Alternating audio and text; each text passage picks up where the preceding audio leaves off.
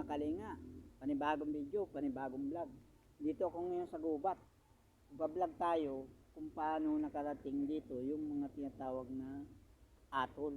Yun, dala-dala daw yun ng mga hapon dito. Pagdating ng hapon, idala-dala nila yan. Hulaan nyo kung anong hayop yun. At dito, kumakalat dito sa Pilipinas. Sa ngayon, madami na. Kapag ganitong umuulan, katapos silang kumain sa lupa, umaakyat sila sa mga puno. Tingnan nyo ito mga kalinga, mga ka-vlog. Ito sila oh. Yan. Yan, nasa taas ng mga puno. At yan oh, umaakyat siya. Umaakyat yan. Pagkadami yan. Kapag umuulan, mga busog yan. Umaakyat yan sa mga puno. At lalo ito oh, na napakadami talaga oh. Sa itaas siya. Oh. Yan galing yan dala ng mga hapon niya. At dito sa Pilipinas, napakarami na yan. At ang sarap niyan. Luluto yan.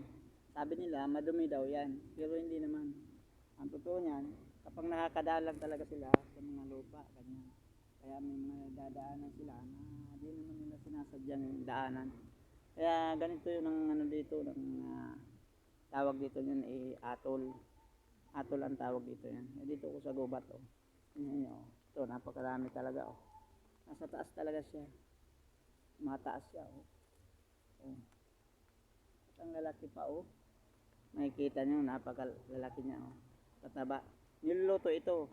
At susunod magluluto tayo nito at pakikita ko sa video. Hanggang ito.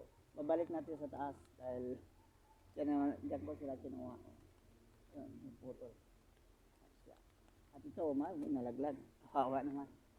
Ito yun, maliit pa ito. Siguro, ano ito, usog pa din.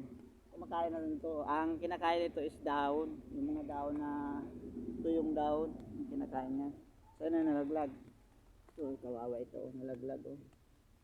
So, dito galing sa mga lupa, oh. Nalaglag siya. Kumakamang siya. Napakarami talaga, oh. Paano pa tayo ng puno na napakaraming ganyan. Mga maakit sa taas. Ito ko ngayon, oh. Sa gubat. At ito sa aking taniman. At ito, nasa taas din ng batbatan. Oh. Siya, oh. Makikita nyo. Sa taas sila. Oh.